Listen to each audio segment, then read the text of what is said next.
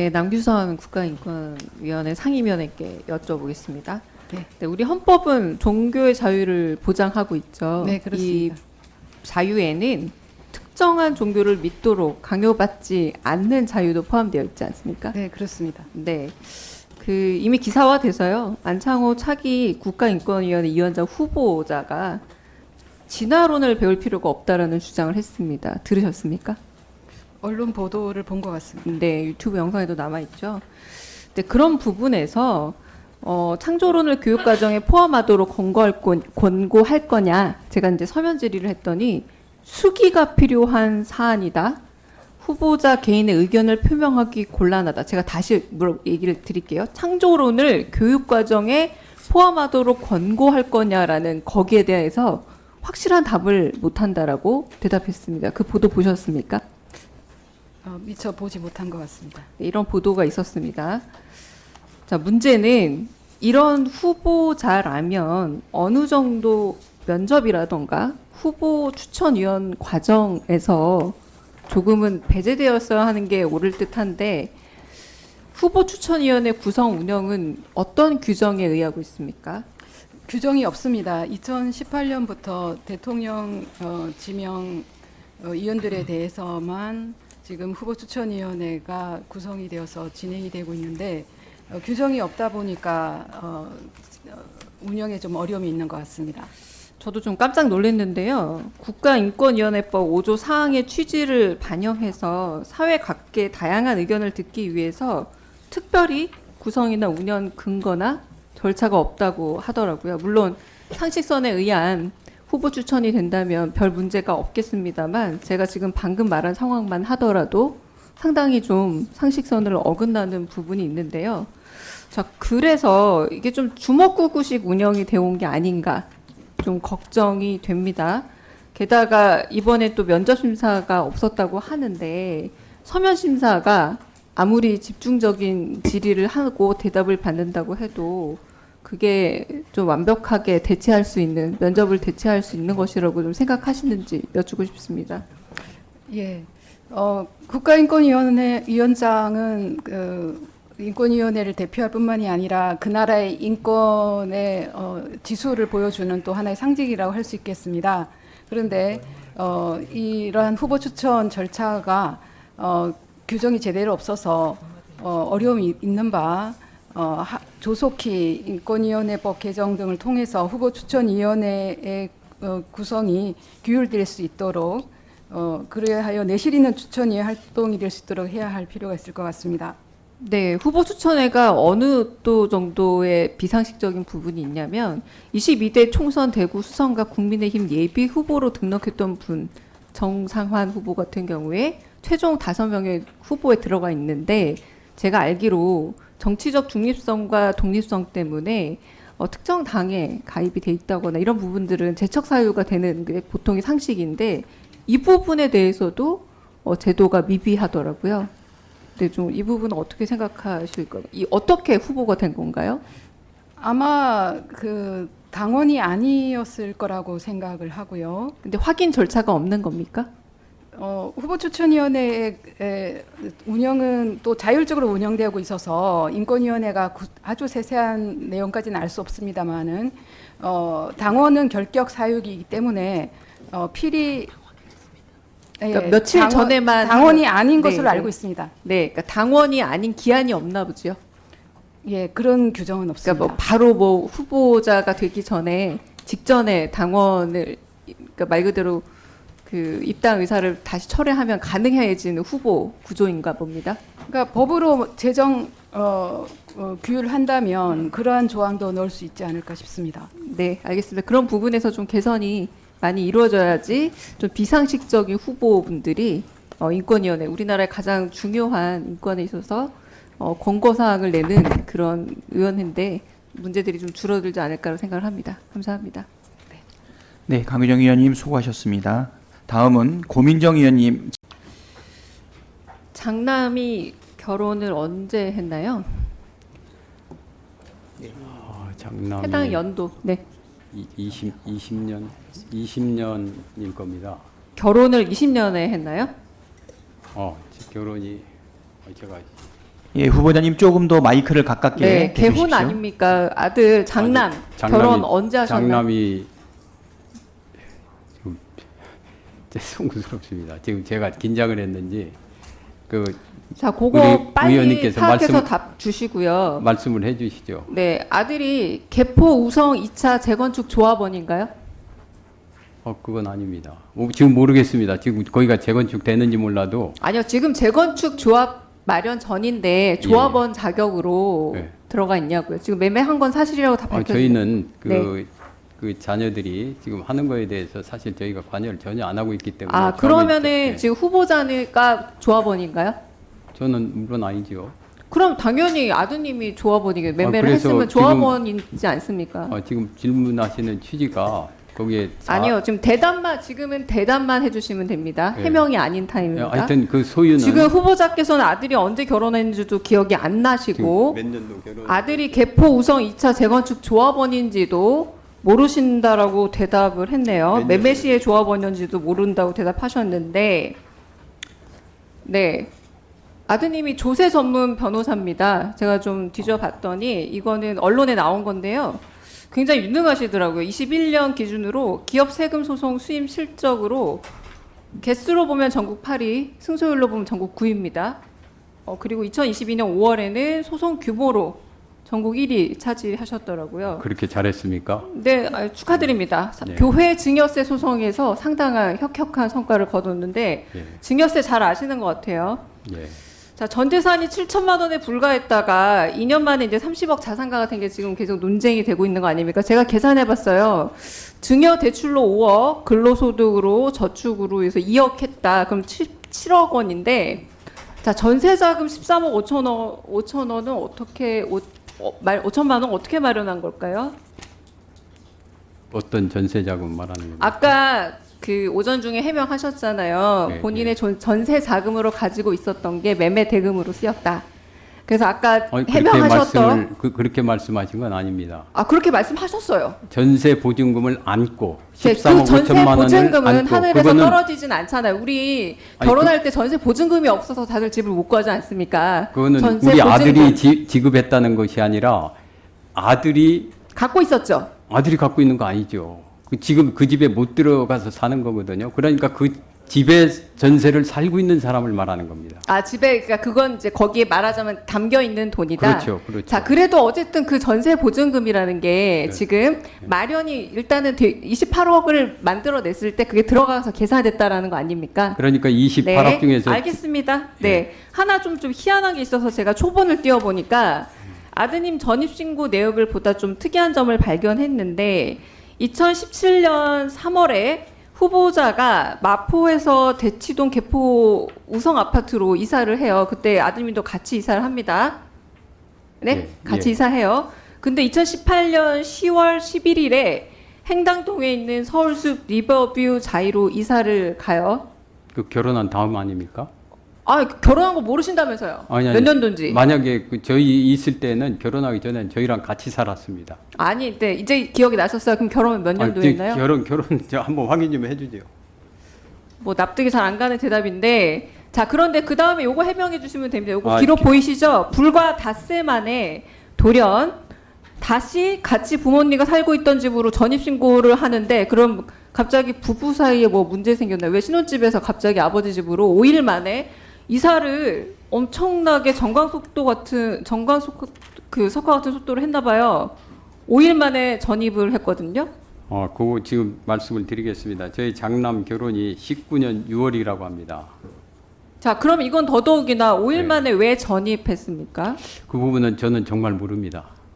아니, 아드님과 함께 사셨고요. 예. 아드님이 독립을 하셨고요. 예. 다시 후보자가 살고 있는 집으로 돌아왔어요. 예, 서류상에는 닷새 만에 예. 이사를 2번 한 겁니다. 이게 만약에 실제로 이사를 한 거나 그게 아니라 잘 아시는 위장 전입이라고 하게 되면 근데 걔가 뭐 우리 위장- 아들이 특별히 위장 전입할 이유도 저는 지금 모르겠습니다. 그러니까 이거 그게. 설명해 주시면 되죠. 5일 만에 지금 여기 다 계시는 모든 일반적인 시선에서 5일 만에 이런 식으로 왔다 갔다 전입 신고를 하는 건 매우 특이하거든요. 네, 전입 신고는 자, 본인이 근데 알아서 하는 겁니다. 공교롭게도 실거주 2년과 재건축 조합원 자격이 연동은 됩니다.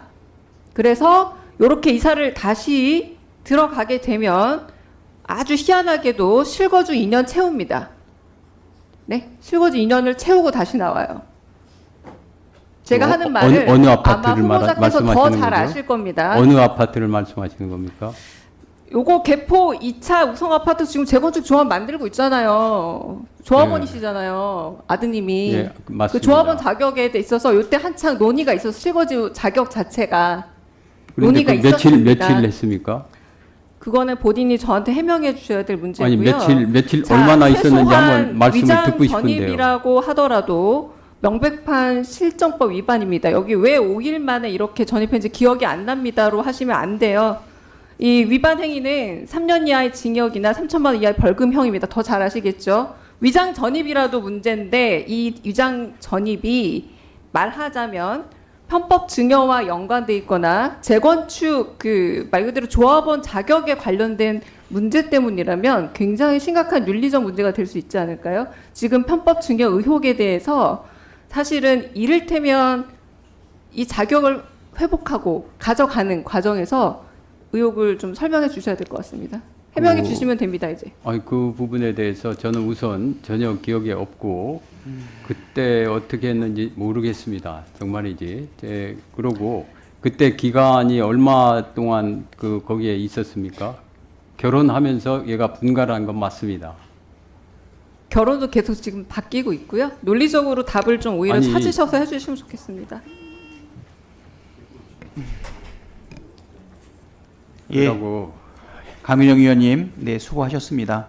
후보자님께서는 국민들이 갖고 있는 의혹을 대신해서 우리 위원님들이 질의하는 부분에 대해서 그 의혹을 해소하기 위해서 적극적으로 답변할 필요가 있기 때문에 예, 이 부분에 대해서는 추가적으로 정보가 입수되거나 아니면 밝힐 내용이 있다 그러면 답변 시간을 통해 가지고 한 말씀 드리면은 좋겠습니다. 그 재건축 동의가 그때 한번 지나가면서 하는데 거기가 잘 안 된다고 합니다. 그 부분만 말씀드리겠습니다. 네.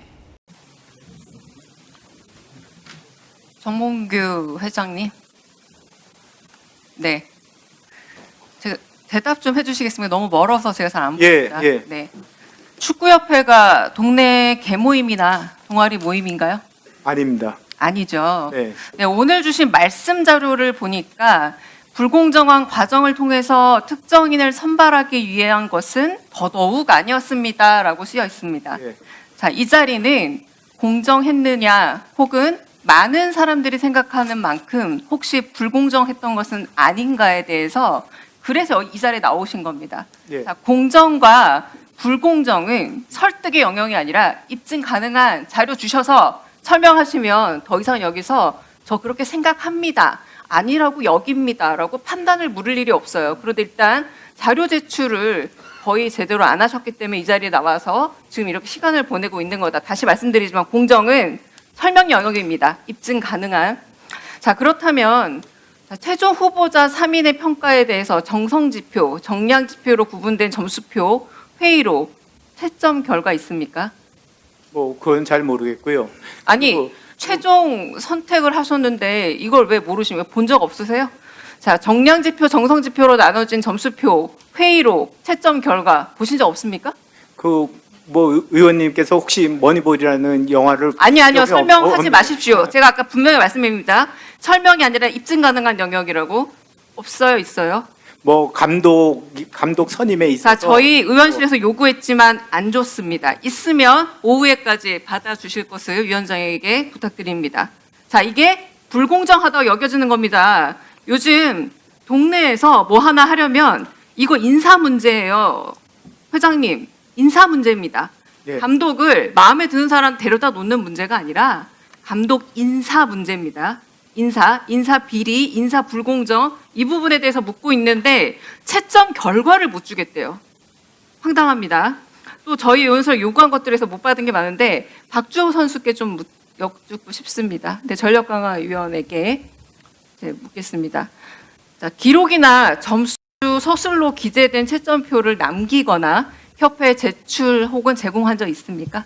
제시마시 감독 1순위, 2순위, 3순위, 4순위까지의 과정은 제출을 했습니다. 아, 제출했군요. 네, 감사합니다. 자, 4차 전력강화위원회에서 감독 선임 일정, 서류 제출 기준, 평가, 이게 3월 12일이거든요. 기준을 정했어요. 자, 그래서 저희 의원실에서 이거 달라고 했습니다. 했다고 했길래. 지금 박주호 선수 말씀 들으니까 이런 것들과 관련된 충분한 정보가 있겠네요. 하지만 또 요구했지만 오지 않았습니다. 자, 제가 다시 말씀드릴게요. 이거 제출하고 설명이 다 됐으면 이 자리까지 안 오셨어도 될 문제인데 지금 기초적인 자료를 뭐 때문인지 저를 비롯해 많은 축구 팬들은 불공정해서라고 생각합니다. 자, 제가 준비한 PPT를 좀 띄워주셨으면 좋겠는데요. 자, 넘겨주십시오. 자, 여기가 바로 정혜성 정강위원장과 그 밑에 보면 이임생 나중에 위임받은 정강위원장의 평가표가 되어 있는데, 자, 이 평가표를 한번 보십시오. 자, PPT 보고를 보면 우측 하단 밑에 뭐라고 쓰였냐면 이 면담의 분위기가 흥미롭게 만들었다. 이런 매우 주관적인 평가가 주를 이루고 있습니다. 흥미롭게 만들었다는 분위기 평가가 어떤 감독을 선임하는데 매우 중요한 정성지표, 정량지표라고 할 수 있을까? 자, 이걸 보여주게 되면 축구 팬들은 훨씬 더 의아하게 될 겁니다. 자, 그 뒤에도 PPT 있는데 마찬가지입니다. 하나만 더 넘겨주세요. 세 사람을 비교한 보고서가 A4 5장 분량으로 있다고 하길래 제가 요구했더니 요 PPT 한 장을 달랑 보냈는데요. 요즘 중학생 축구 팬도 이거보다 훨씬 더 구체적인 전력과 전술을 비교한 평가표를 각각 개인 후보당 A4 5장을 만들 거라고 생각합니다. 저는 심지어 사후적으로라도 저한테 만들어 제출할 줄 알았지 이렇게 성의 없는 평가 보고서에 A4 한 장, PPT 한 장짜리가 올 줄은 생각을 못했던 겁니다. 자, 그 부분에 있어서 얼마나 제가 아까 말씀드렸죠. 개모임이나 요즘 동아리 모임에도 정관이 확실해요. 개모임이나 동아리 모임도 들어가고 나갈 때는 그 정관에 대해서 위배되면 상당한 책임을 묻고 민사소송도 감안해야 합니다. 그런데 동네 개모임이나 동아리만도 못하다라는 생각 일단 들고요. 자, 또 여쭙겠습니다. 회장님, 그 이임생 기술발전위원회 위원장이 전력강화위원회 업무를 겸임해도 됩니까? 그 뭐 병행한다기보다는 겸임해도 됩니까?라는 정관에 써 있는 용어로 물었는데 말씀 바꾸지 마십시오. 겸임해도 됩니까? 그 안 됩니다. 정관 위반입니다. 자, 나름의 동네 개모임이 아니기 때문에 정관이 있어요. 그런데 이 부분에 있어서 겸임을 하면서 정관을 위배했습니다. 자, 그리고 그 이후에 여러 가지 이 과정들에서 이임생 이사가 전력강화위원회 업무 일부를 위임받는 것에 대해서 이사회 결의 받았습니까? 거쳤습니까? 이사회 결의? 자, 회장님께 여쭙고 있습니다. 예, 그 이사회 결의 있었습니까? 뭐 지금까지 관행상 그 이사회 결의는 선임한 그 보완적인 이유 때문에 선임한 다음에 추인 받습니다. 네, 회장의 처리 후 사후 결의도 있어요. 맞아요, 가능해요. 네. 그래서 회장의 처리 후 사후 결의가 서류로 남아 있습니까? 네. 남아 있습니까? 홍모모 감독 선임 이후에 열린 이사회 안건 결정사항 어디에도 이임생 이사에게 전력강화위원회 업무 일부를 위임한다는 내용이 없어요. 지금 위증하신 거예요. 잘 모른다고 하세요. 잘 모르겠습니다라고. 그 전력강화위원회에서 그 추천을 한 거로 아니요. 이사회 전력강화위원회 말고요. 했습니다. 예. 이사회에서 결의를 해야 된다니까요. 이사회하고 전력강화위원회 따로 있잖아요. 회장님 구분 못 하십니까? 이사회 따로 있습니다. 이사회에서 결의되어야 돼요. 근데 그 전략강화위원회에서만 서로 이렇게 저렇게 위임한다라고 협의했다는 거예요. 그게 바로 뭐냐면 정관의 위배입니다. 정관 위반입니다. 자, 제가 다시 묻겠습니다. 공정함이라는 게 다른 게 아니라 어려운 게 아니라 아주 공평하다. 모든 절차가 모든 사람에게 동일하게 이루어진다라는 의미를 가지고 있어요. 자, 이렇게 정관을 협회 스스로 만들어 놨으면서도 위배하면서까지 약간의 무리수를 두고 있어요. 제가 마지막으로 하나만 더 묻겠습니다. 이 여러 차례 질의가 나왔지만 정혜성 위원장이 6월 27일 정몽규 회장에게 대면 보고를 하고 최종 후보자 3명 명단도 보고하고 난 이후에 갑자기 사임하거든요. 그때 무슨 일 있었는지 좀 듣고 싶습니다. 그 말씀한 그대로고요. 제가 절차적인 거, 그러니까 두 외국인 감독을 직접 대면해 가지고 그 다음에 판단했으면 더 좋겠다 이렇게 말씀드렸습니다. 더 이상 더 이하도 없습니다. 그래서 면담 일정까지 계속 만들어 가고 있던 중에 갑자기 사임했잖아요. 예. 네, 그 이유에 대해서는 전혀 저도 그 모르십니다. 다음 날그 소식을 듣고서 상당히 놀랐습니다. 자, 이 부분에 대한 해명도 제대로 되지 않으면 이 공정성 그 다음 날 저 약간 설명. 예. 여기서 그 인사 문제 계속 말씀하셨는데 선발되지 않은 지원자를 공개하는 것이 원칙이라고 생각이 됩니다. 발변.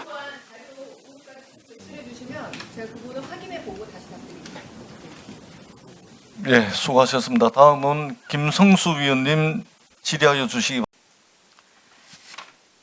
이기흥 회장님. 예, 네.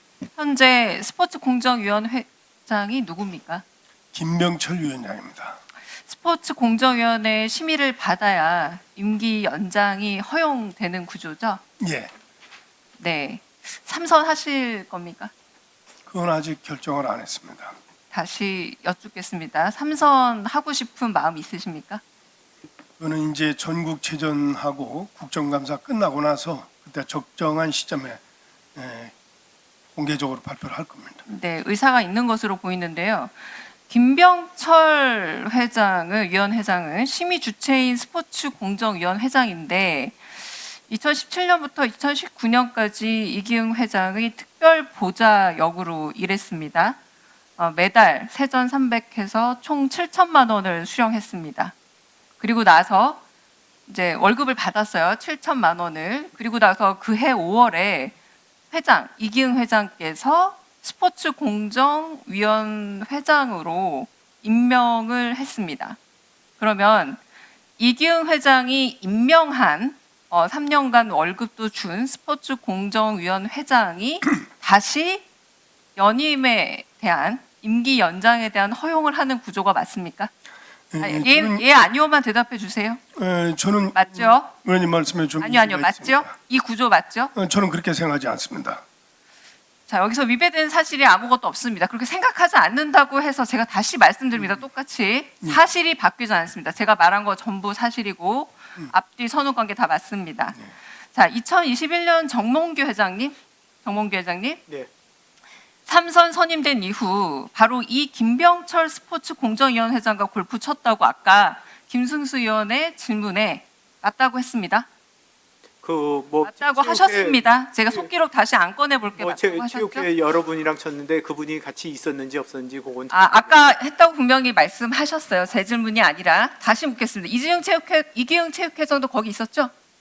저는 운동을 하지 않았습니다. 거기 8명 중에 없었습니까? 8명이 아닙니다. 더 많았습니다. 네, 8명이 아닌 건 알고 계시고 거기엔 없었다. 이 부분에 대해서는 조금 더 들여다보도록 하겠습니다. 자, 대한축구협회 정몽규 회장님 4선 하실 겁니까? 아까 거듭 똑같은 말씀을 드려서 죄송합니다. 심사숙고해서 결정하도록 하겠습니다. 자, 심사숙고가 아니라 지금 여러 부문에서 좀 자격 미달, 함량 미달의 부분이 확인되고 있는데 왜 정몽규 회장이 4선을 꼭 해야 합니까? 그걸 고민을 해서 내가 마음을 먹으면 될 수 있는 구조가 좀 되어 있더라고요. 자, 제가 좀 말씀드리겠습니다. 회장 선거인단이 있습니다. 대의원, 각 단체 임원 1인과 추첨으로 결정된 선수, 감독, 심판으로 구성되어 있는데 이 표를 좀 보시면 선거권을 가진 사람들이 전부 다 회장님의 영향력 아래에 있는 거예요. 시도축구협회장에서 선거할 수 있는데 인준 동의를 해줘야 하고요. 전국연맹 대표자 같은 경우도 그렇고 다 영향을 미칠 수 있는 사람이니까 선거권을 가진 사람들이 영향력을 가진 그 영향력 아래에 있는 단체들이 너무 많은 선거권의 절반 정도를 차지하고 있더라고요. 지금 126명에 불과한 선거인단인데 자, 이거 좀 뭔가 소위 말해서 내가 사람을 선거인다. 아까 좀 구조라가 비슷한 것 같아요. 그 스포츠 공정위원 회장에게 월급을 주고 보냈는데 그 사람이 연임을 결정해주고, 그리고 이 선거인단 역시도 지금 회장님이 상당히 많은 영향력을 미칠 수 있는데 또 이 선거를 통해서 회장으로 모실 수 있는 관계라는 게, 이게 바로 아까 제가 말씀드렸던 공정하지 않습니다라고 말하는 축구 팬들의 많은 의혹과 의심을 해소하지 못하는 건데요. 자, 다시 묻겠습니다. 자, 선거관리위원회를 두는 게 필수입니까? 선택입니까? 뭐 정확히 모르지만 필수일 거라고 생각이 듭니다. 자, 정관상에 선거관리위원회가 어떻게 구성되는지는 알고 계세요? 뭐 정확히 지금 인지하고 있지. 자, 선거관리위원들 역시도 회장이 위촉합니다. 선거관리인단을 말씀하시는. 위원회 위원들은 이사회의 동의를 받아서 회장이 결국 위촉합니다. 결국은 이 모든 게 다 회장님 마음대로 운용이 가능하다는 뜻이에요. 자, 그럼 이 모든 걸 자, 만약에 전폭적으로 시정할 생각 있으십니까? 그 선거인단의 대부분은 그 지도자가 47명이고요. 선수가 63명이고 심판이 15명입니다. 이분들은 제가 임명하는 게 아니라 이것도 또 추첨으로 고르게 돼 있습니다. 그래서 어느 분이 될지 모르고요. 제가 1분만 더 얘기를 하면요. 현재 축구 선수가 17만 4천 명, 지도자만 만여 명, 그리고 심판이 2,950명인데 그 중에 126명이 굉장히 많은 숫자라고 생각하시나 봐요. 그 120명을 추첨으로 만여 명 중에서 추첨으로 뽑고 있습니다. 그래서 누가 될지는 모르고 일단 축구계를 대표한다고 말할 수 있냐는 겁니다. 그러면 만여 명이 다 투표 자, 해야 된다고 아까 말씀드렸던 이 영향력 아래 있다라는 건 어떻게 생각하십니까? 모든 축구인들이 자, 정관상 관할 영향력이 선거관리위원회에 선거관리 업무를 위탁할 수 있다라고 돼 있어요. 무슨 말이냐면 선택 사항으로 바꿔놨어요. 이 부분도 바꾸셔야 돼요. 의무로. 잘못됐으면 바꾸도록 하겠습니다. 이 부분에서 그러면은 선거관리 업무를 선관위에 맡기겠다 선언을 하고 약속하시겠습니까? 제가 게 아니라 선거관리위원회 그 규정이 어떻게 돼 있는지 잘 인지하고 묻고 있는데 공정하지 못하게 돼 있다고 치면 바꾸도록 하겠습니다. 다시 묻겠습니다. 정몽규 회장이 아니면 축구협회 회장은 아무도 안 됩니까? 의원님이 그렇게 생각하신다고 생각합니다. 저는 본인의 생각하지 생각을 않습니다. 여쭙니다. 네. 본인이 아니라도 충분히 능력 있는 사람이라면 당연히 축구협회 회장이 누구라도 될수 능력 있는 있는 거죠? 사람이면 얼마든지 될 수 있다고 생각합니다. 네, 알겠습니다. 예, 진종호 위원님 질의해 주시기. 네, 장관님. 네네. 방금 축구협회 감사 결과를 다시 봐도 과정과 절차의 문제를 확인했다, 문체부에서. 이에 특혜로 확인이 마저 된다면 회장 연임 금지 및 처분도 가능하다라고 이해했습니다. 맞죠? 저희가 할 수는 없죠. 네, 과정과 절차가 공정의 핵심이란 거에 동의하실 그렇습니다. 거죠? 네. 자, 그러면 여기 제 PPT 세 번째 볼게요. 청와대 관람 등에 관한 규정 제 11조를 보겠습니다. 자, 세 번째 PPT 볼 때 여기에 보자면 이때 재단이 없었기 때문에 문화재청 훈령 제 607호가 있었어요. 이걸 제가 뒤져봤습니다. 11조에 따르면 청와대 장소 사용 승인은 행사 20일 전까지 해야 됩니다. 행사가 2023년 10월 31일이니까 20일 전이면 10월 11일까지 완비되어야 됩니다. 이게 공정과 절차라는 데 동의하시죠? 자, 그런데 신청 제출 서류도 한번 봤어요. 장소 사용 계획서, 청와대 시설물 보존 준수 서약서, 사업자 등록증이 첨부되어야 합니다. 이 장소 승인, 사용 승인은 문화재청 청와대 국민개방 추진단장이 5일 전까지 허가 여부를 회신해 줘야 됩니다. 이거 제가 다 규정과 절차를 확인해서 지금 올려놓은 거예요. 다른 자료 아니에요.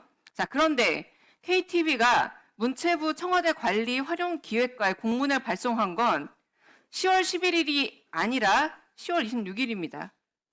여기 제가 빨간색으로 표시한 거 보이세요? 네네, 지금 보입니다. 네. 자, 문제는 이 공문에 일단 요거 절차가 맞냐는 거에서 동의하세요? 절차 맞나요?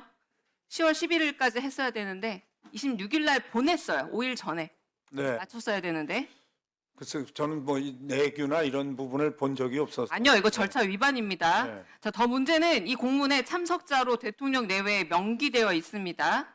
10월 3일 요번에 장관께서 내신 문체부 보도 설명 자료를 봤더니 방송 녹화 현장 중간에 잠시 격려차 방문해서 몰랐다라고, 아까 김재원 의원 질문에도 또 몰랐다라고 질문에 답하셨는데, 자, 이 서류만 봐도 대통령 내외라고 돼 있거든요. 이 해명과 전면 아마 표시 이 되고 있는 거 KTV가 이렇게 아니니까. 하고 싶어서 만든 걸 거예요. 이건. 아, 무슨 말씀이세요? 지금 여기에 이렇게 대통령 내외라고 표기가 되어 있는 게 그러니까 과거 그렇게 서류 자료가 있지 초청을 않습니까? 하겠다고 자기들이 만든 거죠, 지금 이거는. 자, 이걸 승인해 줬다니까요. 승인해 준 게 바로 문체부 소관입니다. 자, 심지어 신청은 10월 31일 날 하루만 했어요. 하루만. 여기 보세요. 10월 31일 날 사용하겠다고 했는데 이 신청에 대한 허가를 10월 31일 이틀로 내줬습니다. 문체부에서. 신청은 하루 했는데 이틀 허가해 줬다니까요. 자, 그런데 신청하지도 않은 날짜까지 허락을 했다면 미신청된 사유를 허락한 사유서, 신청 변경서. 자, 대학에서 학생들이 수강 신청 변경만 하려고 해도 신청 변경서 있어야 되거든요, 날짜. 자, 이틀로 허가를 냈는데 신청 변경서 자료 있을까요? 있다면 글쎄요, 그거까지 저는- 제출해 주세요. 네네네. 네, 그건 저 있겠죠. 확인해서, 당연히 여기는 축구협회 아니니까 확인해서 문체부에서 제출해 감사도 하지 드리도록 않습니까? 하겠습니다. 네. 자료 다 있겠죠. 네네. 자, 이게 왜 이틀이 됐는지. 자, 이 말은 무슨 말이냐? 하루 신청했는데 이틀로 변경해 줬어요, 문체부가. 모른다는 말 위증 아니십니까? 문체부에서 왜 모릅니까? 아니면은 허위 보도자료 내신 겁니까?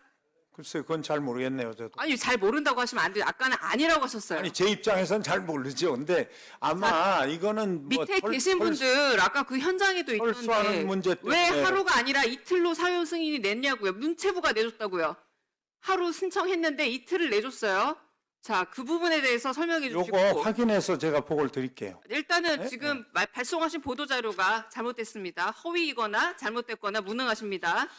자, 여사님 이름만 들어가면 프리패스인데 아까 신청서도 제가 내야 되는 것들 다 나열해 드렸죠. 그런데 간단 개요만 냈어요. 첫 번째 서류 미비입니다.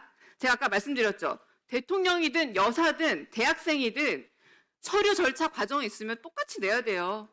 근데 왜 이거 하나의 공문만 딱 내서 서류 미비입니다. 첫 번째. 자, 이런 걸 두고 지금 우리가 특권층 유흥이다. 공공재를 사유화한 거 아니냐.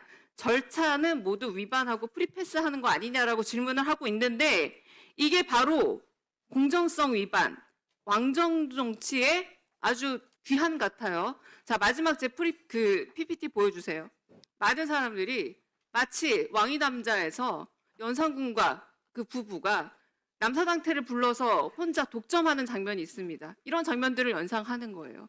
왜 같이 누려야 될 문화유산을 혼자 독단적으로 독점하느냐라는 문제에 대해서 질문을 하고 있는데 그 문제에 대해서 모른다고 말할 수 없는 문체부의 이틀 사용 허가에 대한 일단 정확한 설명을 해주셔야 되고요. 네, 이걸 이틀 사용 몰랐다고 허가 할 수 없고요. 설명드리겠고요. 대통령 부부가 그러면 참가자로 여기 되어 있는데 다른 사람 모두 빠지고 대통령 부부도 아니라 김건희 여사만 혼자 단독 관람을 하게 된 이 과정에 대한 설명도 문체부가 해야 됩니다. 그 서류 받고 허가해 주셨거든요. 그런데 그 서류 받은 거에 대해서 변경이라던가 이런 부분에 대한 전혀 절차적인 해명이 없어요. 이 부분에 대한 해명을 참.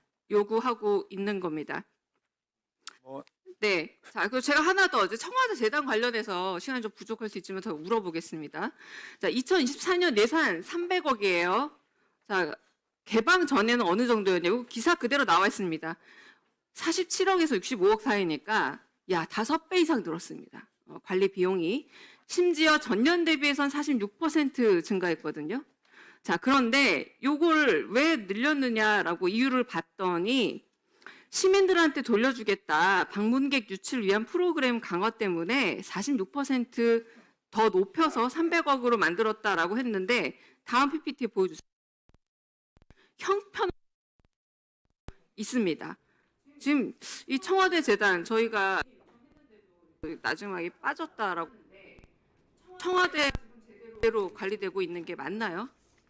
아마 이제 예산이 늘어나게 된 것으로 그 벨링하고 낡은 부분 고치고 뭐 이런 부분 때문에 네, 늘어났고요. 재단 이사장 임명하셨잖아요. 제대로 하고 있는지 봐야 되는데 요 질문까지 하고 제가 나중에 추가 질의할 텐데요. 네. 청와대 재단 관리에 있어서 정관을 또 봤어요. 저는 정관만 더 주십시오. 청와대 관람을 위한 질서 유지 및 안전 관리 1번, 2번 청와대 일원 정비 및 관리, 3번 평일시설 확충, 4번 문화예술 사업, 5번 문화유산 보존 및 활용 사업으로 정의하고 있습니다. 자, 여기 중에서 청와대 재단이 직접 맡지 않고 위탁 주고 있는 사업이 몇 개나 되는지 알고 계세요? 저는 파악을 못하고 있습니다. 전부 위탁 줬습니다. 재단 왜 세웠습니까? 전부 위탁 줬고요. 심지어 문화유산 보존 및 활용 사업이라는 꽤나 전문성이 필요한 것까지 재단이 안 맡고 죄다 위탁을 줬습니다. 자, 오늘 나오지 않은 재단 이사장도 있는데 이분이 전부 위탁 맡길 정도면 이사장 왜 하는지 모르겠어요. 근데 지금 재단은 이사장하고 아마 이사 몇 분밖에 없고요. 실제로 관리하는 직원들만 있거든요. 그러니까 아마 근데 전부 그나마 용역을 주고 있다라는 거예요. 그러니까 이제 네. 결국 재단 왜 만들었어요? 현재로서는 아마 그렇게 할 수밖에 없을 겁니다. 근데 이제 이게 다 보완이 되고 정리되면 아마 그런 부분 해결될 거라고 생각합니다. 예, 수고하셨습니다. 다음은 강유정 의원님 질의해 주시기 바랍니다. 청장님, 네. 문학 박사신데 언어나 명칭은 사실에 대해서 확정력을 갖고 인식에 대해서 규정력을 갖습니다. 네. 동의하시죠? 네. 네. 외란이라는 단어에서 외가 비하음입니까? 예. 임진왜란 할 때 외라는 단어 예. 비하음입니까? 외국이라는 표현은 옛날부터 사용되는. 자, 조선시대에는 당연히 비하어 아니었죠. 네. 외라고 불렀죠. 임진왜란입니다. 자, 임진 빼고 외란이라고도 사람들이 많이 불러요. 2024년 9월 26일 남원에 만인의총 역사문화관 개관했습니다. 네. 청장님 거기 가셨죠? 네. 개관. 자, 여기 보통 제가 이제 보도자료를 좀 살펴봤더니, 연합뉴스, 경향신문에 또 어떤 식으로 나오냐면, 임진왜란 직후 일본군의 침입으로 다시 벌어진 전쟁인 정유재란, 임진왜란, 정유재란이라는 표현이 잘 보존이 되어 있어요. 자, 이제 PPT 띄워보겠습니다. 자, 그런데 거기에 막상 공식적인 팜플렛에는 이렇게 써 있습니다. 임진, 전쟁, 정유, 전쟁. 이게 일반어인가요? 우리나라, 자, 명량, 한산, 노량 해서 3천만 관객이 넘어요. 임진왜란이라 그러지. 어느 대한민국의 사람이 임진전쟁이란 표현을 씁니까? 정유전쟁이란 표현 씁니까? 청장님 이거 안 보셨어요? 가셔서? 제가 그것까지는 다 파악을 못했습니다. 아니, 그 위에는 공식 정유재단이라고 팜플렛입니다. 나오는데요. 공식 팜플렛. 제가 이거 찍어왔잖아요. 아니, 그 위에 정유재단이라는 문구가 나오는데 아마 요 밑에서 아니요. 임진 정유재단이라고 제가 지금 이걸 만든 게 아니라 찍어왔다니까요. 24년 9월 2주밖에 안 됐어요. 이 만인의총 역사문화관이라는 곳 자체에 팜플렛을 이렇게 만들고 있고요. 심지어 임진전쟁, 정유전쟁 표현은 제가 알기로 2011년 역사교과서에 실리는 만에 논쟁이 매우 됐던 문제적 표현입니다. 단순 표현이 아니에요. 의도가 있는 것이 아닌가라는 생각이 들고, 자, 그 뒤에 이곳을 견하고 온 어린이들이 임진왜란이란 말 잘 모르는 친구들이 임진전쟁 입력하려는 거 아니에요? 그 의사를 저는 굉장히 의심하고 있습니다. 자, 그리고 국제전이란 표현을 쓰고 있으면서 국제전쟁 박람회 이런 것도 해서 국제전, 임진왜란, 란자 표현 아시죠? 박사 네. 받으셨으니까. 네. 란은 네. 침략전을 의미합니다. 네. 이번에 넷플릭스에서 보여주는 이번에 부산영화제 개막작도 전 란이라고 표현하고 있어요. 임진왜란을. 네. 근데 전쟁이란 표현은 달라요. 쟁은 상호 아주 예. 대등한 싸움을 갖고 맞습니다. 쟁이라고 합니다. 네. 자, 이거 굉장히 의도 있다고 보이고요. 자, 배포 엽서 보겠습니다. 포르투갈이 일본에 도착해서 이 조총을 넘긴 이거 우리 기념관이에요. 일본인들이 와서 기분 좋으라고 만들어 놓은 기념관이에요. 전 매우 불쾌하거든요. 네. 이 조총으로 인해서 임진왜란 때 전란이란 영화나 혹은 명량 한산 노량만 봐도 나요. 조총 때문에 얼마나 많은 한국인들이 희생됐습니까? 근데 이걸 한글로 배포를 하고 있어요. 이 상처 헤집는 건가요? 일본인 집중 관광구역 만들려는 건가요? 자, 제일 뒤에 넘어가 보면 문화재청장이 이곳에 참석한 거 나옵니다. PPT 넘겨보시면 가셨어요. 이거 안 보시고 뭐 했나요? 전시 보면서 칭찬만 하고 오신 건가요? 이거 종감 때까지 완전히 왜 그랬는지 사유도 밝혀주시고 네. 이 전쟁이란 용어가 과연 중립적인 용어가 아니라 우리 역사를 훼손하고 그리고 아주 일본 측에 가까운 단어라는 거 분명한 사과 요구합니다. 네, 알겠습니다. 자, 하나 더 여쭙겠어요. 이거는 네. 제가 정정해야 될 거라고 제가 동의한다고 보시는데요. 임진 네. 전쟁, 정유진 전쟁 이거 당연히, 우리나라 말 당연히 아닙니까? 정정하겠습니다. 제가 질의 시간이 짧으니까 조금 더 질문하겠습니다. 국가유산청에서 보도자료 내면 보통 보도자료 파일에 원문 파일 같이 붙이죠. 네. 그게 매우 일반적이죠. 네. 첨부되지 않은 경우는 매우 특이하다고 볼게요. 자, PPT 화면 보실 텐데 이거 문화재청장 당시에 했던 일이시니까 잘 아시죠? 2022년 4월 19일 자, 가야금 명인인 국가무형문화재 이영희 명인이 개인 소유 토지를 국가에 기부 체납한 아주 기쁜 소식이 있었어요. 예, 맞습니다. 그래서 전순 교육관 건립하겠다고 했던 네. 그 보도 자료입니다. 자, 그런데 좀 이상한 점이 하나 있어요. 화면 하단에 첨부 파일을 보면은 자세한 내용이 들어있는 다른 보도 자료와 달리 요거는 이영희 명인 사진 한 장만 올라와 있어요. 이게 좀 의심스러웠는데 조금 더 보겠습니다. 기념식 당일 언론 보도 보겠습니다. 자, 어떻게 나왔냐면 완공 예상 시점이 2027년이다라고 말하고 있는데 사실은 보도 자료에는 이런 말은 없어요. 그런데 언론에 보도된 바로는 27년이다라고 언론에 실린 겁니다. 자, 이렇게 넘어갔던 일인데 좀 더 들어가 볼게요. 자, 이 전수교육관에서 가장 큰 문제 뭐였나요? 청장님? 그 전수교육관을 지을 수 있는 땅 문제를 해결하는 겁니다. 자, 땅 문제 제가 조금 더 전문적으로 말씀드릴게요. 개발 제한 구역의 지정 및 관리에 대한 특별조치법 시행령을 개정해야만 이 일들이 진행이 될 수 있었어요. 그렇죠? 네. 이거 어디 소관입니까? 국토부 소관. 국토부 소관이었습니다. 네. 그래서 이렇게 좋은 일이 2022년 4월 19일 날 이렇게 기부 체납을 하셨지만 일이 진행이 안 돼요. 안타깝게도. 자, 그래서 2022년 8월 유산청이 국토부에 개발제한구역 내 건축 범위 관련 자료 보내면서 협의 요청도 합니다. 네. 진척이 없습니다. 네. 근데 전수교육관 이후에 이걸로 오간 공문을 저희 못 발견했어요. 공문 없습니다. 이거 맞을 거예요. 자, 근데 하나 더 PPT 넘기면 갑자기 2024년 5월부터 국가유산청과 국토부가 엄청 바빠져요. 자, 먼저 5월 17일 국토부가 개발 제한구역의 지정 및 관리에 관한 특별조치법 시행령 개정안에 대한 의견 조회를 요청을 해옵니다. 거꾸로.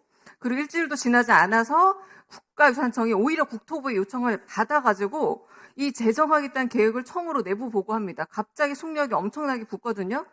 자, 그리고 6월 8일에는 5월 22일에 내부 보고한 이 규정을 제정하겠다라고 행정 예고도 됩니다.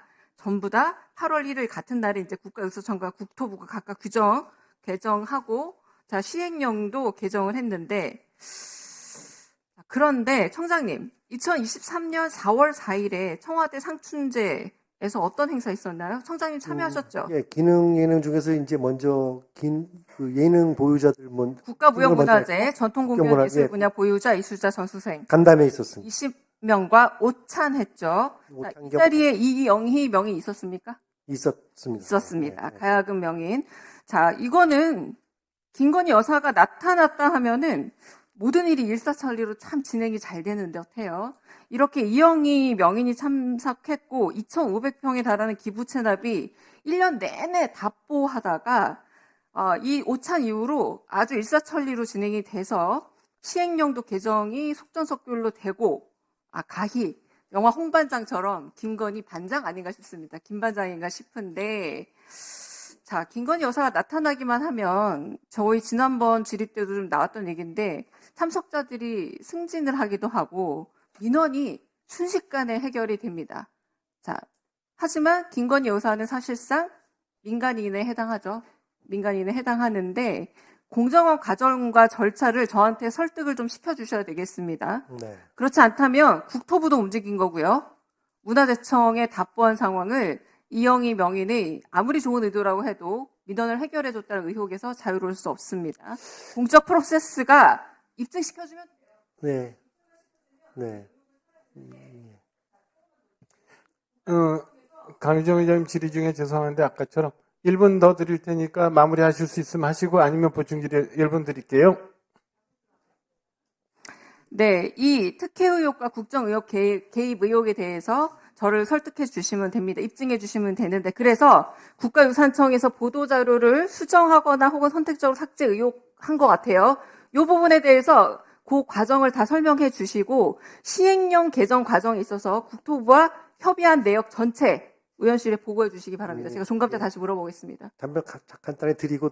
이거 그냥 저한테 자료 보내주시면 저희가 볼게요. 그래도 설명을 좀 드리고 보내드리긴 낫지 않습니까? 보내주세요. 네. 아까 말씀하신 그 기능 예능 보유자 간담회는 저희가 그 당시에 상춘제를 포함한 청와대 권역을 정말 관리하던 곳이 이제 문화재청 당시였고요. 그래서 이제 그 장소라든가 이런 게 하고. 아니요. 그걸 하던- 그 만남 이후에 모든 게 일사천리 됐으니까 당연히 저한테 그런 제가 요구한 국토부와의 협의 내역 전체를 보여주시면 저희들한테도 계속 판단하겠습니다. 민원을 넣으신 상황이에요. 그게 넣으신 상황이에요. 그래서 저희는 협의를 했고 매일 민원을 매일 넣었습니까? 누가요? 그 이영희 보유자께서 우리한테 그걸 저한테 해결을 해달라 또는 그런 거에 대해서 해달라.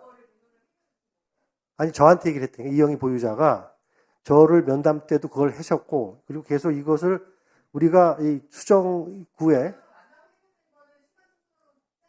시간 순서로 그렇게 된지 모르겠습니다만 제가 봤을 때는 이거는 문화재청의 당시에 큰 현안 사항 중에 하나였습니다. 그러니까 그거는 저희가 당연히 해야 되는 문제였고요.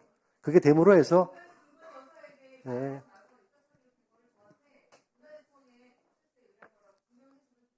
증명이 되시게 이해가 되시면 우리 다행이겠습니다. 청장님 충분히 정리하셔서 예. 오후에 우리 강효정 의원님 다시 말씀 주실 때 다시 답변 주시고 자료를 전달해 주시기 바랍니다. 강효정 의원님 고생하셨습니다. 김승수 의원님 질의. 네. 김준희 한국문화출판산업진흥원장에게 듣고 싶습니다.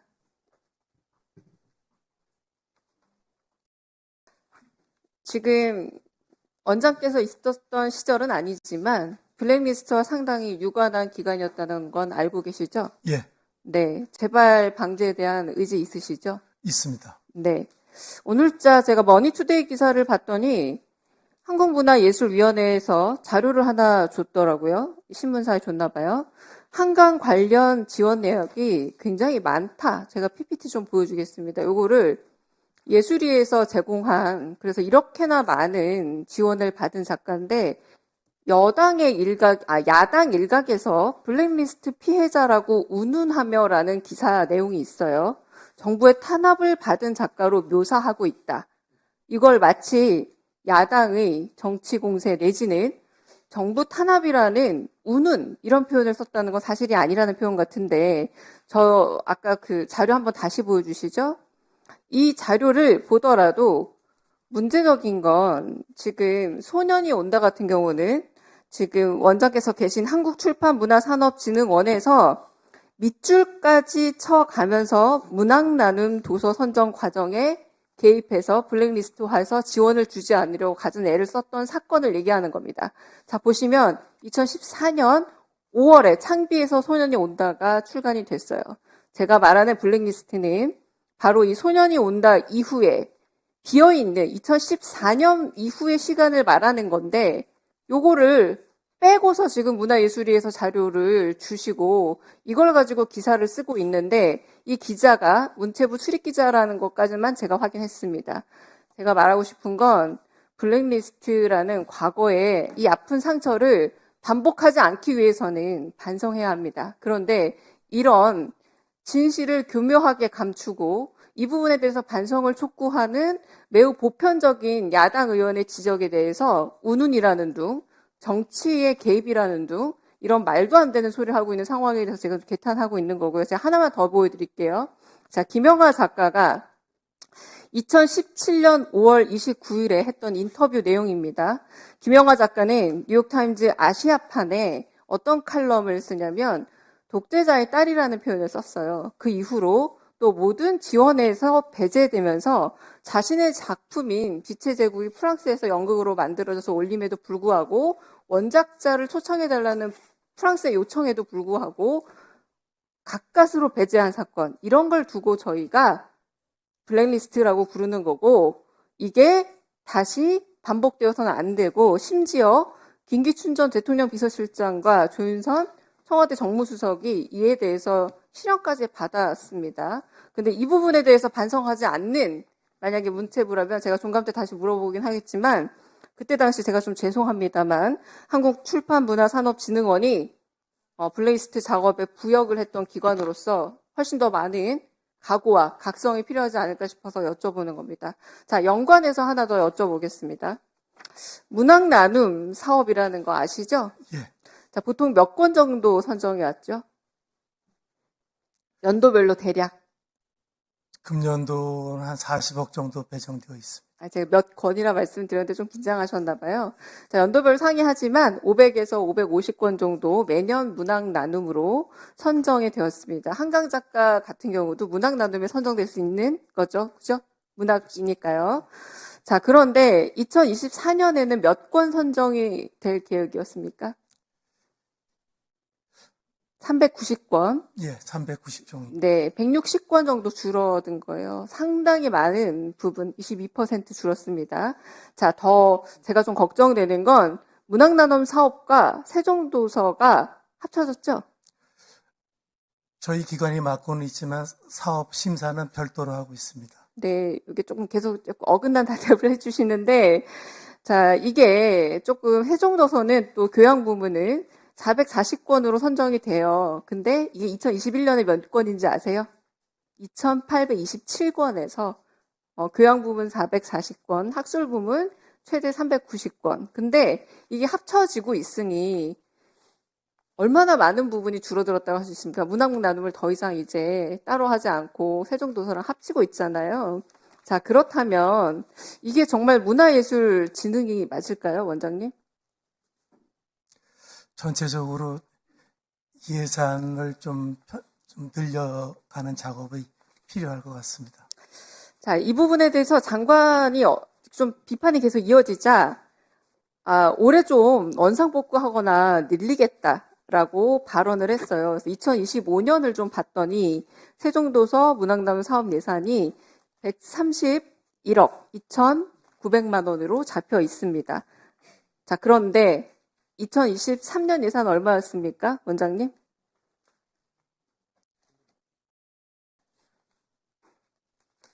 정확하게 기억지 못하고 있습니다. 2023년에 140억이었어요. 제가 조금 쉽게 설명드릴게요. 2023년에 140이었다가, 억이었다가, 이에 대비해서 45억이 줄었어요. 예. 거기서 소폭을 늘린 게 131억이랍니다. 그러니까 아직 2023년 수준도 못 간 거예요. 그런데 지금 문체부에서 계속 원상복구다, 늘리겠다라고 말하는 건 저는 아까 그 한강 작가 블랙리스트가 아니라 지원 많이 받았다라고 말하는 꼼수처럼 매우 꼼수로 느껴지는데 기관장으로서 어떻게 생각하십니까?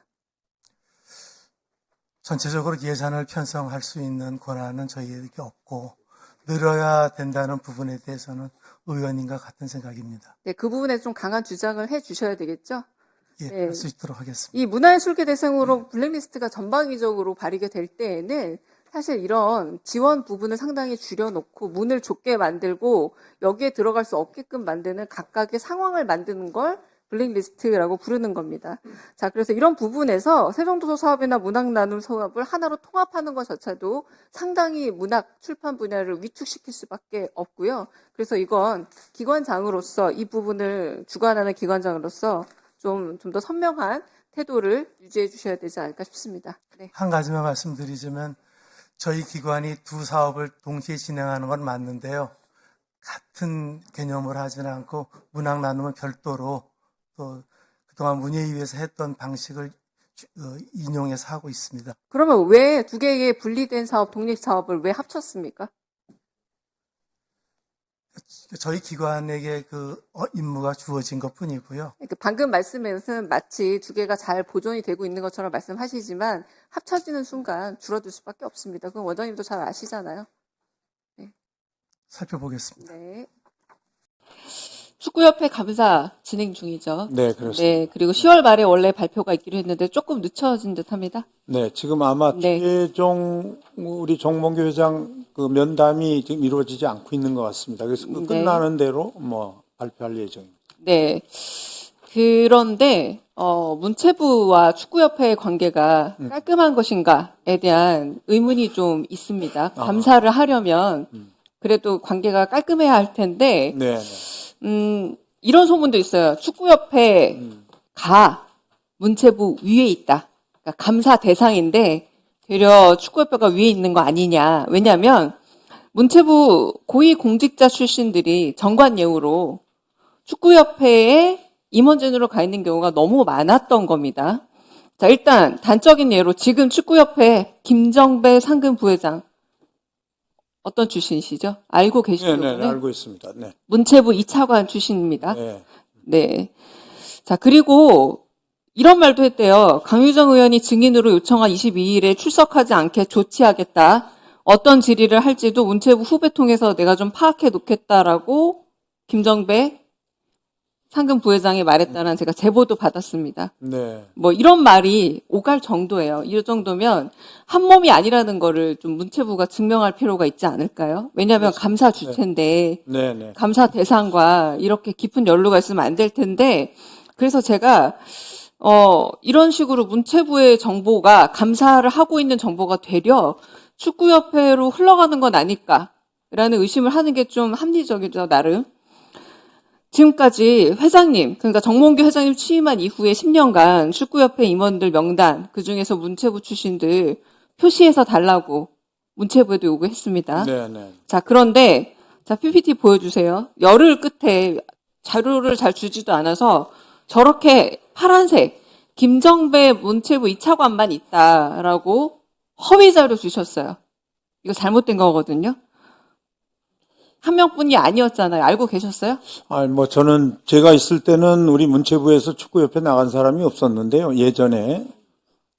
요번에 아마 제가 물어본 것도 2013년 이후부터예요. 네, 왜냐하면 네. 정몽규 회장 다음부터니까 네. 그거는 조금 대답이 안 될 것 같고요. 네, 아니 그러니까 그 사실은 이런 사실은 저는 잘 모르고 있었는데 요번에 와서 저 김정배 회장 얘기를 들었습니다. 네. 자, 이렇게 허위 자료 줘가지고 저희 방에서 일일이 다 하나씩 체크해봤습니다. 다음 명단 보여주세요. 네. 자, 요게 빨간색 조현재 누락, 곽영진 누락 이렇게 되어 있는 그러니까요.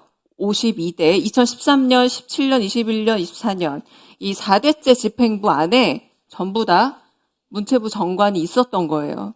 의도적으로 숨긴 거라고 볼만하죠? 글쎄요. 저는 이거 뭐 정확하게 다시 정리를 해서 이거 저희가 한 거라니까. 드리도록 하겠습니다. 이거 네. 주신 게 아니라 저희가 파악을 한 거예요. 글쎄요. 예, 예. 네, 그래서 문체부 출신인데 저는 이게 이제 이 정도 되면은 문체부와 축협도 카르텔이 아닌가. 저는 축피아라고 부르고 싶어요. 오히려 축구 마피아가 있는 것이 아닌가라고 생각이 들 정도인데 이렇게 많은 분들이 계신 거예요. 저는 용납할 수가 없습니다. 다시 자, 제가 왜 말씀을 계속 하겠습니다. 드리냐면 아직 감사 결과 나오기 전이고 네. 그런데 이렇게 많은 분들이 연루가 되어 있고 문체부와 한몸 같다라는 의혹에서 자유롭지 않다면 감사 결과에 대한 신뢰도도 매우 떨어질 수 있는데 자료라도 제대로 제출하셨으면 그 의혹이 좀 줄지 않았을까라는 생각이 들고요. 네, 네. 자, 그리고 딱 보시면 아시다시피 이분들이 꼭 계속 임원으로 있었고 제가 노조 측에 받은 정보에 의하면 연봉도 한 2억 5천 된다고 하시고요. 그리고 비상임인데도 이렇게 연봉을 주나요? 네, 뭐 노조 측에서 그렇게 밝혀요. 이건 정확한 건 아니지만 노조 쪽에서 이렇게 얘기를 한다고 지금 합니다. 현재는 상근이고 그 전에 있던 사람 아니요, 하여튼 비상임인가 보네요. 네, 그런 제보가 있었습니다. 네, 뭐 네, 좀 네. 여부를 더 확인해 봐야겠지만 자, 피파 규정 얘기하면서 축구협회가 늘 정치적 저희가 독립을 확인해서 다시 다 그러니까 정확하게 질의가 안 드리겠습니다.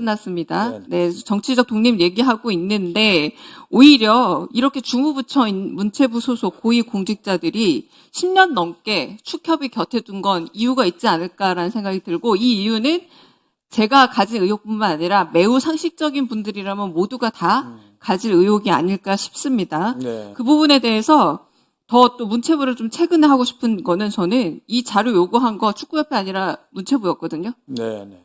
그러니까 자기 소관의 그 임원들 그리고 혹은 국장을 지냈던 분들 이력을 가진 문체부 이력을 가진 분들이 축구협회 어디 갔느냐고 물어봤는데 제대로 체크 안 하고 숨기고 보낸 거고 이거는 저희가 체크 안 하고 확인 못하면 넘어갈 문제로 생각한 거 아닌가 국회 기망한 거 아닌가라고 굉장히 좀 의혹이 될 만한 자료 제출이었어요. 자, 그래서 네네. 이런 축구협회 허위 자료에 대한 단순한 게다가 문체부 출신 이력 있는 분들을 체크도 안 될 거면 감사에 대해서 되게 의심스럽다. 제가 일단 의심을 갖고 제대로 하셔서 필요한 조치도 어떻게 할 건지 그리고 이 축피아 끊어낼 방법은 없는지에 대한 그 부분도 좀 대안을 마련해 주시기 바랍니다. 하나 더 여쭙겠습니다. ISO 국제표준 아시죠? 네, 말씀해 주시죠. 네. 이거는 그냥 ISO 많이 들어보셨어요. 지금 네. 당황하셔서 모르신다고 하시는 것 같은데 현재 중국이 ISO에 제출한 e스포츠 용어 국제표준화 제안서 초안이 통과된 거 알고 계세요? 저는 모르고 있습니다. 모르시면 안 돼요. 근데 이게 벌써 저희가 의원실에서 지적을 하기 전까지 아예 문체부에서 모르고 있었다고 하더라고요. 자, 그리고 하나 더 여쭤볼게요. 기술표준원에 등록한 전문가, 우리 쪽 전문가 누군지 알고 계신가요?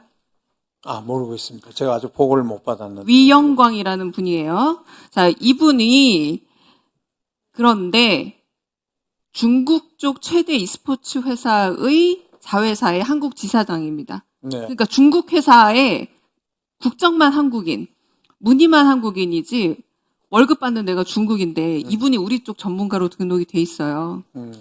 게다가 스스로 본인이 전문가로 등록을 했어요. 네. 문체부는 지금도 아무것도 모르고 있었고 저희 쪽에서 오히려 알려드렸습니다. 이거 어떻게 할 건지 대해서. 그리고 기술표준원 주도로 열린 대응 회의에서 이런 발언도 했대요. 자료 화면 좀 보여주세요. 드는 건가요? 한국 편 드는 건가요? 딱 보셔도. 중국이 어떤 의미를 둔 건지 생각해보자. 중국이 이런 걸 한 건 좀 파악을 해봐야 된다라고 제가 보기에는 말만 한국어하고 이제 중국 편 들고 있는 걸로 보이거든요. 자, 그래서 오죽하면 표준원에서 우리 측 전문가 좀 더 달라고, 더 등록을 해달라고 요구를 했는데 문체부에서 추천한 인사가 없답니다. 한마디로 문체부에서 지금 무대책인 거예요. 자, ISO가 뭐 그렇게 대단하냐라는 생각도 들 수 있지만 이거 기축통화 비슷한 거 아닙니까?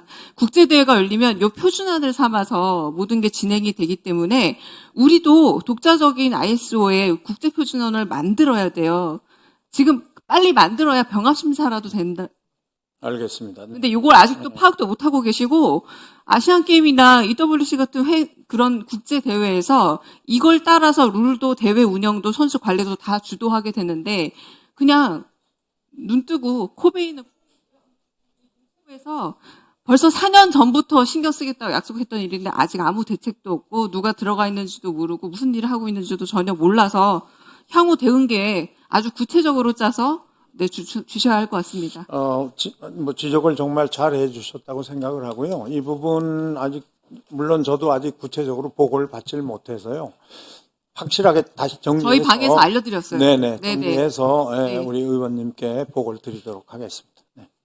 예, 수고하셨습니다. 다음은 안창호 위원장님, 인권위에서는 인권을 넓고 깊게 해석해야 된다라고 생각하는데 질의 과정을 보다 보니까 인권 해석이 위원장님부터 매우 얕고 낮은 듯합니다.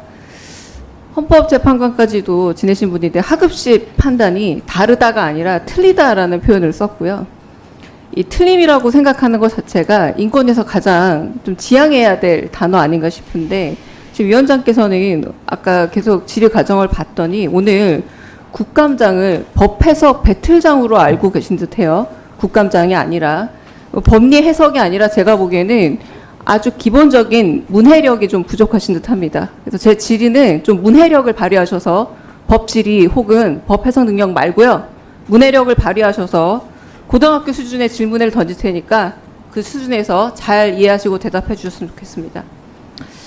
네, 관리에 보낸 답변서를 보니까 정치적, 종교적인 신념, 논의의 폐쇄성 추구로 인해 인권위의 신뢰 및 독립성 훼손이 우려된다라고 이 질문에 대해서 답변을 뭐라고 하셨냐면요. 앞으로도 개인적 종교관이 국가인권위원회 업무에 영향을 미칠 일은 없을 겁니다. 라고 대답하셨습니다. 이 생각 지금도 마찬가지인가요? 예, 그렇습니다. 네, 인권위 앞에서 1인 시위하면 따로 만나주시나요? 만나지는 않습니다. 만나지 않으세요. 1인 시위가 만남의 특혜가 주어지는 길은 아닌가 보군요. 자, 두 번째 좀 PPT 보여주세요. 서울시 기독교 총연합회 공동회장 맡고 계신 주요셉이란 분 아십니까? 예. 알고 계시죠? 이분 페이스북을 들어가 봤더니 각종 차별 발언으로 페이스북 계정이 차단이 된 분이시더라고요. 페이스북은 우리 기업은 아닙니다. 근데 전 세계적인 글로벌 기업인데 여기서 차별 발언으로 개정이 차단된 분이에요. 근데 이분이 국가인권위원회 앞에서 매일같이 1인 시위하시는 분이에요. 아시죠? 매일같이 1인 시위하시니까. 그리고 세계 국가인권기구를 부정하고 인권위를 해체를 주장하고 계세요. 아신다고 하셨죠? 근데 이분이 취임식에 오신 모양입니다. 같이 사진도 찍으셨던데. 취임식 다 끝난 다음입니다. 아니, 제가 다시 물어볼게요. 예. 1인 시위하시는 분은 따로 만나주지 않는다고 하셨고 각종 차별 발언으로 페이스북 계정이 차단된 분인데 만나서 어떤 얘기 하셨나요? 그날 취임식이 끝난 다음에 만나서 어떤 얘기 하셨는지 만난 물었습니다. 그게 여기서 특별한 얘기를 할 수가 없는 상황입니다. 이분들이 찾아왔어요. 그래서 제가 우리 직원분들한테 물어봤습니다. 자, 1인 이렇게 시위를 사진을 한다고 찍고 만나주지는 않는다고 하셨는데 이거는 이분이 취임식 날 찍은 겁니다. 자, 인권위 해체를 주장하는 분인데 만나서 같이 사진을 찍었는데 제가 불안한 게 예. 매우 이상한가요? 고등학교 정도의 문해력으로 봤을 아니 때 제 말씀을 잘 네, 들어주시고요. 위원장께서 어떤 부분에서 좀 위험하다. 인권위원회 업무에 영향을 미치지 않을까라고 제가 걱정하는 게 매우 당연할 것으로 국민에게 전달된 거로 봅니다. 아니, 다음 질의로 그래서요. 그날 넘어가겠습니다. 말씀을 드리겠습니다. 저는 제가 사진만 보여드렸습니다. 문해력을 그냥 굳이 아니 붙지 안 읽어도 제 얘기를 될것 좀 같고요. 들어주시죠. 자, 걱정이 되니까 그날 그렇게 하지 취임식 말라는 날이었습니다. 당부 취임식 날 말씀입니다. 저를 지지하는 당부 분들이 있었고 말씀입니다. 반대하는 분들도 같이 질문 왔었습니다. 아닙니다. 위원장님, 예. 제가 아까 말씀드렸죠. 네, 답변 다 하시고. 제 사진에 허위가 있나요? 제가 일단 끝난 다음에 저한테 시간을 좀 주시기 바랍니다. 아니요, 시간 주지 않겠습니다. 제 걱정에 대해서 우려하지 않는 행동으로 보여주시면 됩니다. 두 번째 질의 넘어가겠습니다. 성교육은 부모가 주도적으로 해야 된다라고 여전히 생각하시나요? 원칙적으로 그게 맞다고 생각을 합니다. 자, 문학교육은 누가 주도해야 되나요? 무슨 교육이요? 문학교육이요? 문학교육 물어봤습니다. 제가 고등학교 정도의 문해력으로 묻는다고 여러 번 강조하죠. 문학교육을 물어봅니다. 문학교육이요? 네. 그거 하여튼 교육은 어렸을 때는 부모가 주도하는 게 맞고 특히 도덕관념이나 종교관념이나 자, 문학교육을 물었습니다. 이런 부분에 대해서는 부모가 적극적으로 주도해야 문학교육도 된다고 부모가 해야 있습니다. 되나요? 문학교육도 어렸을 때에는 전반적인 교육의 주체는 부모가 하는 것이 좋다는 것이 자, 책을 간디나 읽기, 자, 문해력으로 물어. 문학교육은 글문자의 배우락자잖아요. 글을 읽기 시작해야 되는데, 그럼 글을 읽는 것부터 시작을 해야 되나 보네요. 제가 더 물어볼게요. 자, 하지만 학부모가 모든 분야의 전문가일 수는 없죠. 위원장께서도 모든 분야의 전문가 아니지 않습니까? 자, 그런데 경기도 교육청 관내 학교에서 노벨문학상 수상한 한강 작가 도서 폐기되어야 된다라고 얘기해서 논란된 건 알고 계시죠? 워낙 예. 화제가 돼서. 예. 네. 경기도교육청이 2023년 11월에 일선 학교에 공문과 함께 학교 도서관 자료 선정 구입 절차 및 활성화 방안 그리고 성교육 도서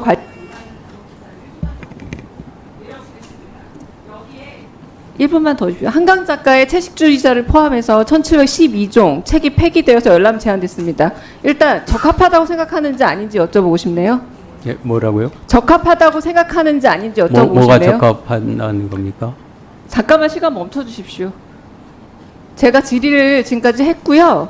채식주의자를 포함한 1712종의 책이 폐기되거나 열람 제한이 됐는데, 네. 지금 못 제가 알아들었다고 질의를 다 하니까. 했는데 못 알아들었다고 얘기를 하시지 않습니까? 예. 네. 아니, 아까 예.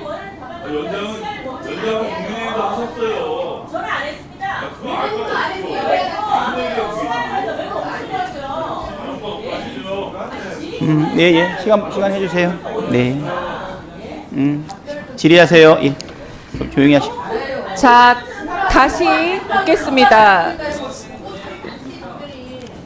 네, 위원장께서 못 알아들으시니까 이런 분란이 생겼습니다. 위원장님 책임져야 되겠어요. 다시 대답해 주세요. 이제 다시 질문했는데 제 질문에 방해를 해서 못 들으셨다면 제가 다시 질문 드리겠습니다. 채식주의자 포함한 책들이 열람 제한된 거 어떻게 생각하시나? 저는 그런 부분에 물었습니다. 대해서 그 지역 공동체가 결정해야 될 사안이라고 생각을 합니다. 이게 어떻게 지역 공동체가 됩니까? 그거는 우리나라에 자녀 교육과 교육부에 관련된 부분이 있다면은 아마 그거를 헌법재판관 출신이신데 말씀하신 분들은 가맹물윤리위원회가 하는 일이 뭡니까?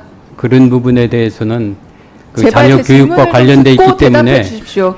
그런 부분은 자녀 교육 등과 관련돼 있기 때문에 지역 공동체가 아니, 자녀 공동체 교육- 형성된 의사에 의해서 결정하는 것이 타당하다고 생각합니다.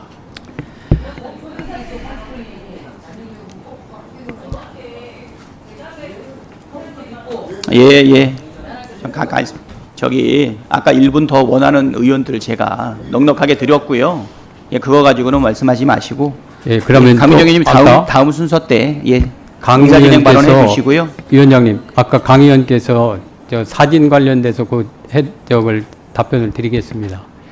저기 위원장님, 예, 위원장님, 1분만 저기 하겠습니다. 1분만 말씀하세요. 예. 왜냐면 예, 지금 알겠습니다. 예. 주도권을 가지고서 지금 질의를 하는 거기 때문에요. 간략하게만 답변해 주시고 지금 위원장님 답변 내용을 보게 되면 좀 길게 하시는 경향이 좀 있어서 예, 사실 알겠습니다. 시간적 제약이 있지 않습니까? 예, 1분 내로 하겠습니다. 1분 내로 답변해 주시고 그다음에 강유정 의원님 1분 말씀하시고 그리고 주진우 의원님으로 질의 넘기도록 하겠습니다. 예, 사진과 1분 주십시오. 예, 예. 사진과 관련해서 그날 취임식 때 그 저를 지지하는 분들 또 반대하는 분들이 같이 왔었습니다. 그래서 그분들 모두 출입을 일단 못하게 했습니다. 그런데 그 취임식이 끝난 다음에 이분들이 왔습니다. 그때까지는 제가 아까 사진에 있던 분 전혀 몰랐습니다. 누군가를. 그런 상황에서 우리 직원들한테 물어봤습니다. 같이 사진을 찍어도 괜찮냐? 그랬더니 직원들도 지금은 괜찮을 것 같습니다. 그래서 같이 사진을 찍은 거지 그 자리에서 무슨 얘기가 있다든지 뭐 제가 특별히 그 당시에 아는 사람은 아니었었습니다. 예, 이상입니다. 예, 위원장님 수고하셨고요. 강유정 의원님 의사진행 발언은 다음에 해주시죠. 네. 자, 그러면 다음에는 존경하는 주진우 의원님 질의해 주시기 바랍니다. 네, 국민의힘 주진우 의원입니다. 저는 명태균 씨를 뭐라고 부르고 싶으세요? 명태균 씨죠. 자, 뭐라고 칭하고 싶은 거예요? 제가 오늘 국감장에서 들으니 앞에 계신 여당 의원님들이 사기꾼이란 표현을 쓰더라고요. 동의하세요? 뭐 그런 표현을 써본 적이 없습니다. 동의하진 않으세요? 제 PPT 쭉 띄워주세요. 대통령실 인사추천위원회 위원장도 겸직하고 계시죠? 실장님? 네, 인사위원장입니다. 네, 그렇죠. 제가 이 정부의 인사에 대해서 이름을 한번 붙여봤습니다. 박보검 인사라고. 박절하지 못해서 보은으로 검사라서. 세 개인 것 같아요. 박절하지 못해서 보은으로 검사라서. 자, 2021년 10월 6일 정권교체 국민행동 초청 토론회에서 윤석열 후보 시절에 나는 캠프에서 일하던 사람 이런 거 시키고 안 하겠다라고 말하셨지만 자, 명태균 녹취 좀 들어오겠습니다. 녹취 틀어주세요. 준비 안 됐나요? PPT 녹취 틀어주세요. 죄송하지만 네. 장관 앉혀 뭐 앉혀 아무것도 모르는데 이거 앉혀라 저거 앉혀라 저거 앉혀라. 내보고 인사를 다 할 거냐고 다 하겠냐고 사퇴했어. 내가 그거 안 한다 할까. 그거 어쩌냐고 막 내보고 승언했었.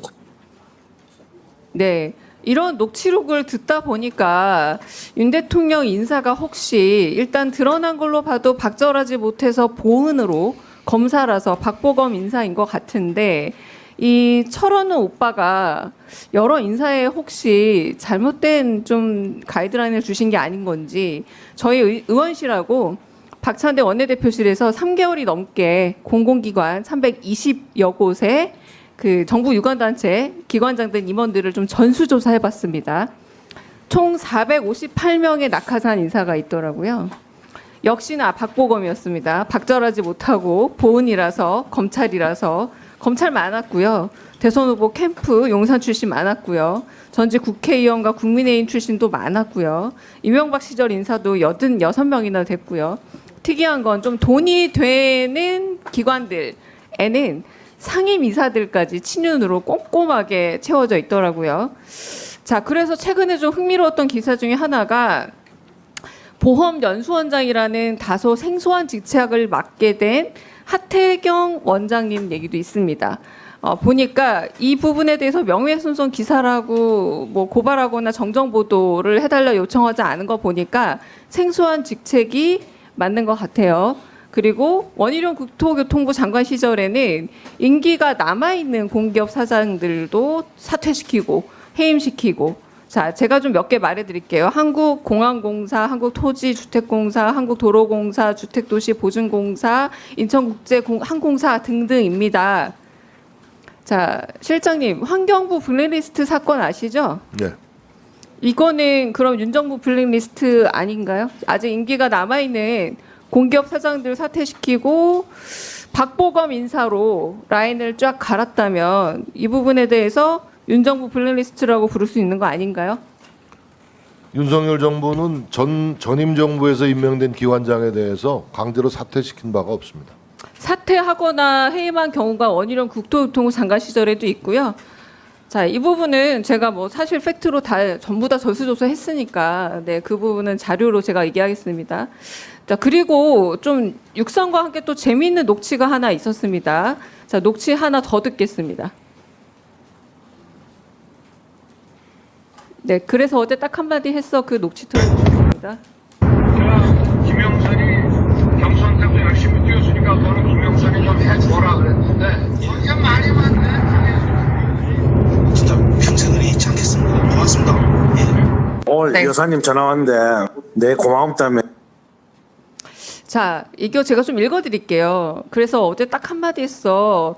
우리 명 선생님 선물은 김영선, 박완수, 김진태는 사모가 반밖에 몰라. 뭐 반은 명태윤이가 뒤에서 했다는 거 알지. 이런 녹취 내용이었어요. 자, 2022년 6월 재보궐선거 공천관리위원장 누굽니까? 네, 정진석 저입니다. 아, 재보궐선거 공천관리를 말하는 겁니다. 윤상현 네, 맞죠? 네, 그리고 지금 정진석 위원장은 어떤 공천관리위원장이셨죠? 지방선거 공천관리. 맞습니다. 자, 2022년 3월 21일 기사를 보면 국힘 지방선거 공천관리위원장의 전진석, 친윤계, 공천 영향력 이런 제목의 기사, 제하의 제목의 기사들이 많이 나왔어요.